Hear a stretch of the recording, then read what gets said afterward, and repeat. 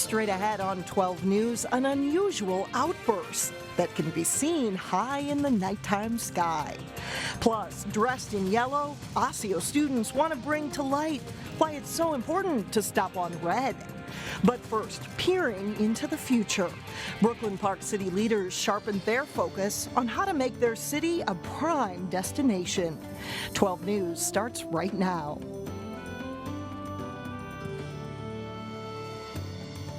Hello, everyone, and thanks for joining us. I'm Alexandra Renslow. Mike Johnson has the day off.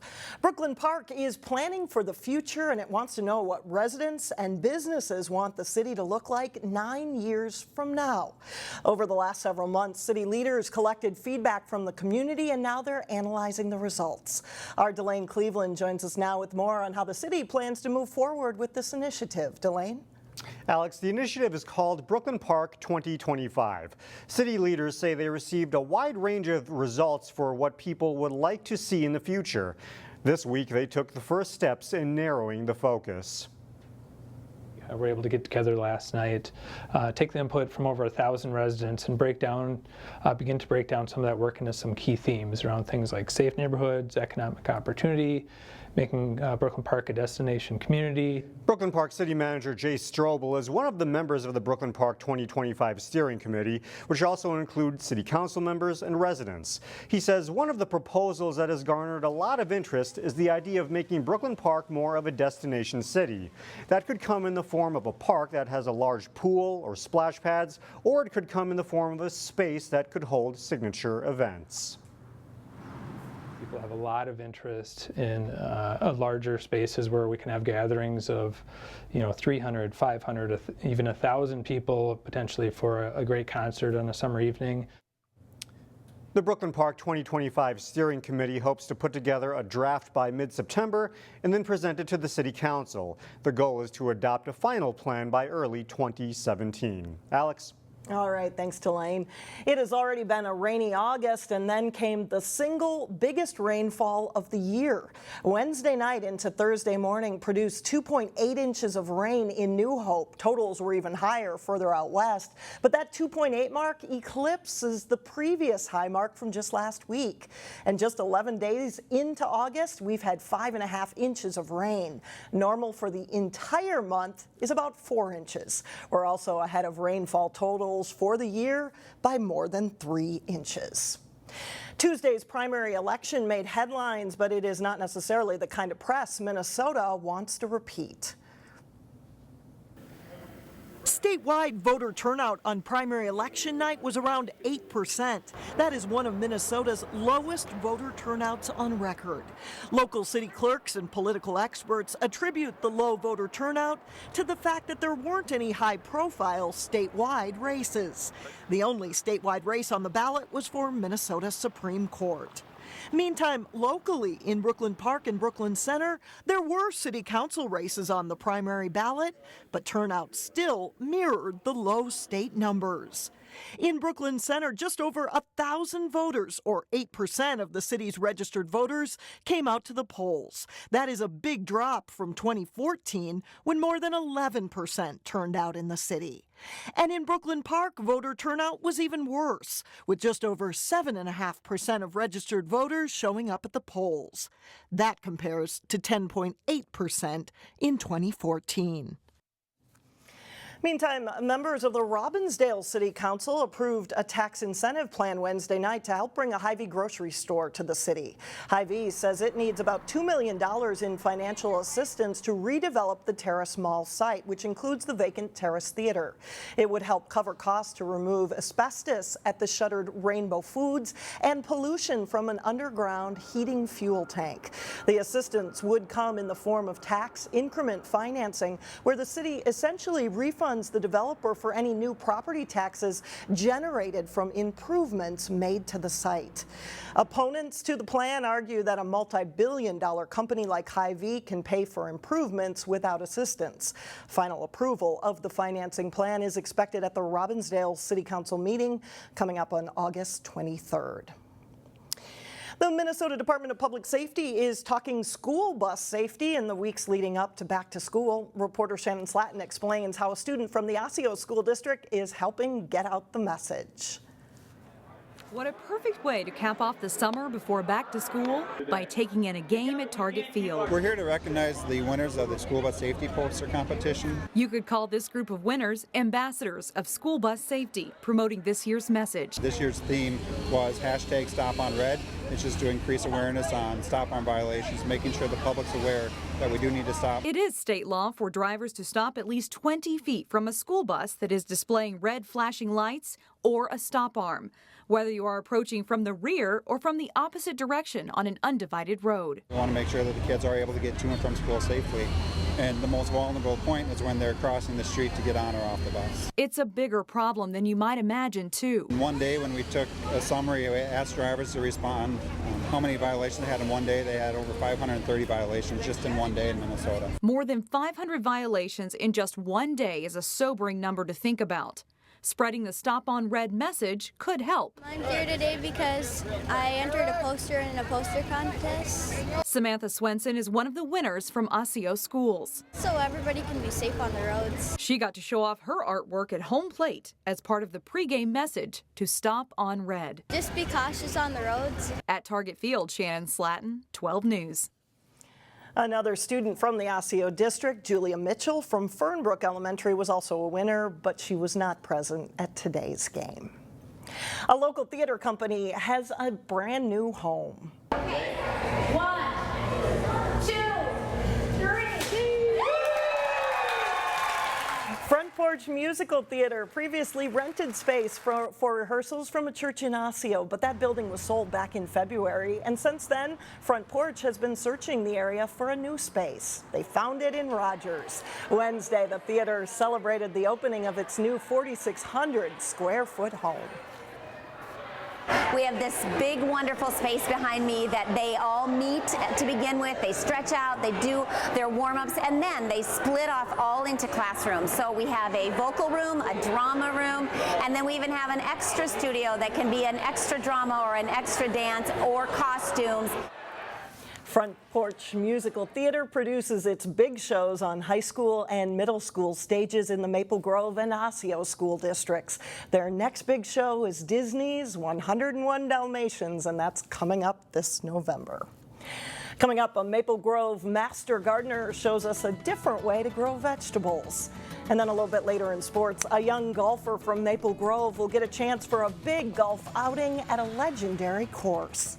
But first, some relief from all the rain and all that heat and humidity. Friday starts a string of nicer weather. We'll be right back.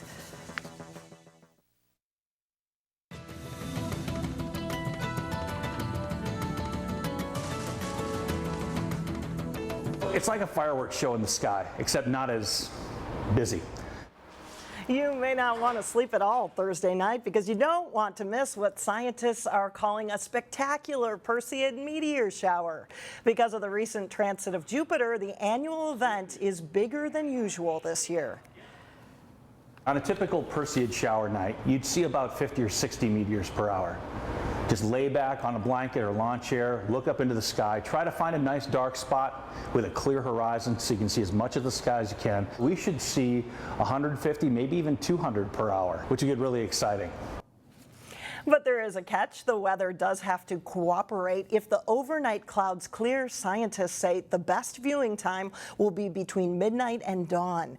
And this is the peak, but you can still view the meteor shower on a clear night coming up this weekend. A Maple Grove resident has an out-of-this-world garden. The master gardener grows many of her vegetables and plants in containers. Reporter Sonia Goins goes in the garden to show us how she does it. I grew up in a small town in southern Minnesota called New Ulm, and everybody gardened. Master gardener Betty Lentz has lived in her Maple Grove home for 13 years. This was just a flat lot, just a typical suburban Maple Grove backyard.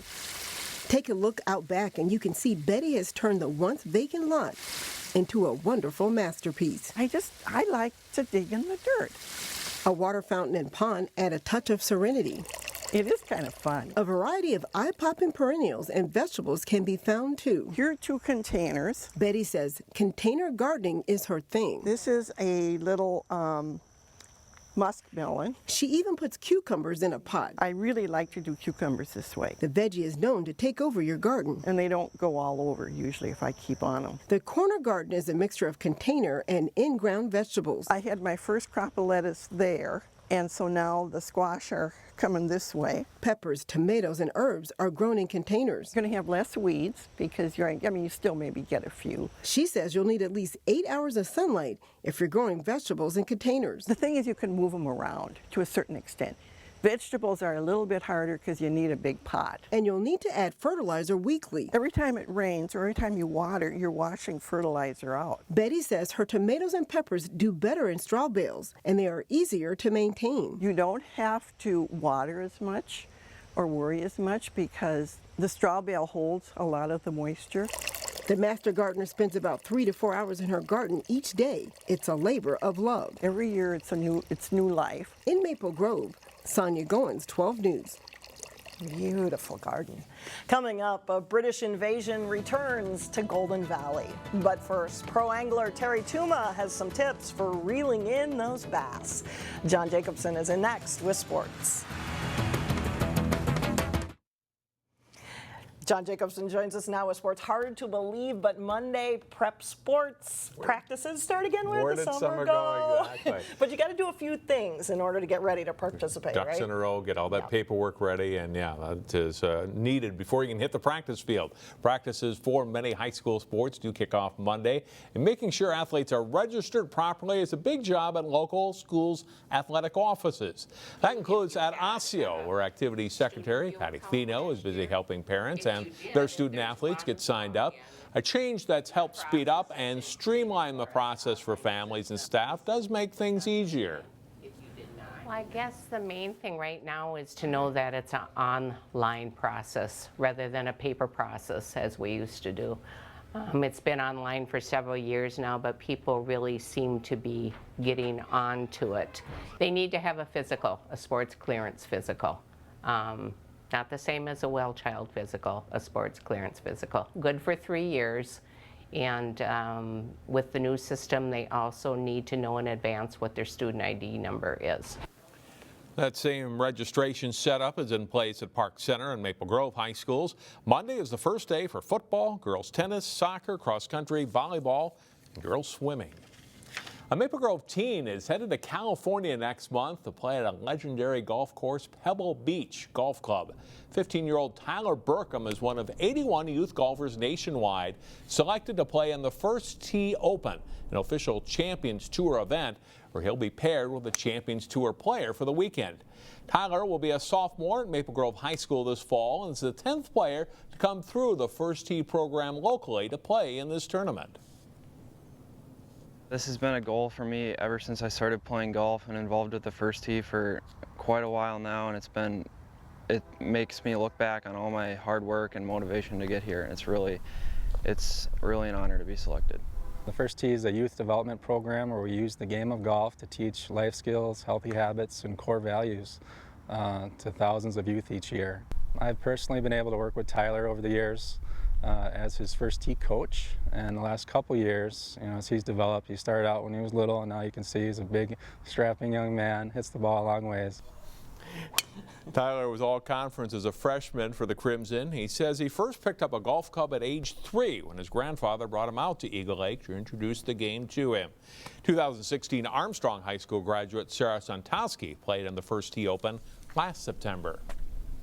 Keeping that bass below water until just before you reel it in can help you from losing some of those fish. Terry Tuma explains in this week's Channel 12 Fishing Tip. To prevent big bass from jumping, a great way to do this, if you start to see that it's going to jump, is just take that rod tip and drop it down to the water column about 10 to 12 inches below the surface. That usually will take care of that jumping, thus avoiding losing that bass. If it's not jumping and a big bass is coming towards the boat, and you're going to start to see that line rise up in the water column, and you'll see it starting to come up on the surface. At this time, then take that tip of that rod and again lower it into that below the water surface about 12 to 14 inches. Again, that will prevent that fish from jumping. And what you're doing here is you're keeping that head from shaking and also from throwing that lure bite. You're sort of controlling the head, if you will. And then too, when you get that bass close to the boat, instead of just, you know, depending on the size of the fish, of course, but if it's smaller bass, you can swing it into the boat. But if it's a larger bass, generally speaking, what I will do is I'll just sort of drop down on my knees and then sort of bend over to the side of the boat, grab the rod tip at the same time and the line, and then you can just lift that bass and bring it in. Again, you're going to avoid breaking the rod, losing the fish, and it's just a good, safe way to landing a bass. Give it a try. You're going to be very successful. All right, thanks, Terry, and that is it for sports. All right, thanks a lot, John. Still ahead, some of Great Britain's finest return to Golden Valley. We'll be right back.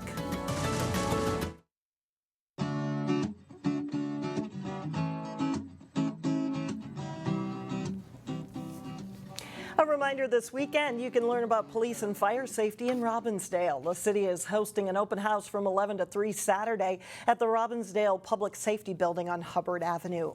There will be hands-on fire extinguisher training, crime prevention demonstrations, and an escape house, not to mention plenty of food and prizes.